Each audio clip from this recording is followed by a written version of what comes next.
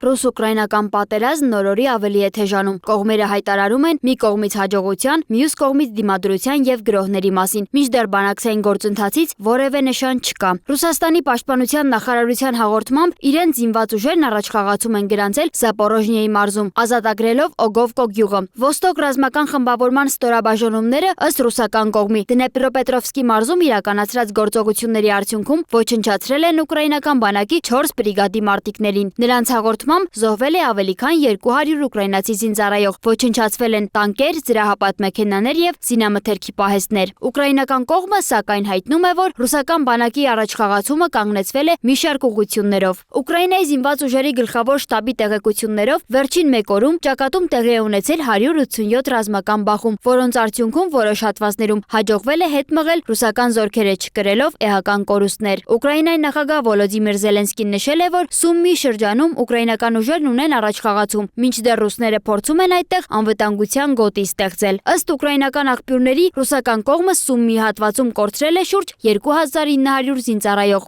Միևնույն ժամանակ կողմերը շարունակում են անօդաչու թռչող սարքերի կիրառումը։ Ուկրաինական ԱԹՍ-ները հարվածել են Ռուսաստանի Լենինգրադի մարզում գտնվող Գրիշի նավթավերամշակման գործարանին, որն ամենամեծերից մեկն է երկրում։ Ըստ Կիևի նման օբյեկտները ծառայում են պատերազմը ֆինանսավորելու նպատակին։ Հարվածներից հետո գործարանում տեղի է ունեցել պայթյուններ եւ հրդեհ է բռնկվել։ Ռուսական կողմը հաստատել է հրդեհի փաստը, հավելելով, որ այն մարվել է եւ զոհեր չկան։ Ի պատասխան ուկրաինական կողմը հաղորդում է, որ ռուսական հրթիռային հարվածների հետևանքով վնասվել է Խարկովում գտնվող դեղագործական համալսարանի շենքը։ Պատերազմը շարունակվում է լուրջ վտանգներ առաջացնել նաեւ խաղաղ բնակիչների համար։ Ռուսական Բելգորոդի մարզի Գոլովչինո գյուղում ուկրաինական ԱԹՍ-ների հարվածի հետևանքով զոհվել է 2 քաղաքացի, 3-ը վիրավորվել են։ Միջազգային քաղաքական հարթակներում նույնպես ակտիվ քննարկումներ են գնում պատերազմի հնարավոր ավարտի շուրջ։ Ամերիկայի Միացյալ Նահանգների ֆինանսների նախարար Սթոկ Բեսենթը հայտարարել է, որ հակամարտությունն ավարտելու համար Եվրոպան պետք է երկրորդական մաքսատուրքեր սահմանի ռուսական նավթի գնորդների նկատմամբ։ Նրա խոսքով, նման քայլի դեպքում պատերազմը կարող է ավարտվել 60-ից 90 օրվա ընթացքում։ Բեսենթը նշել է, որ Ամերիկայի Միացյալ Նահանգները պատրաստ է աշխատել եվրոպական երկրների հետ, խստացնելու պատժամիջոցները ռուսական նավթային ընկերությունների դեմ։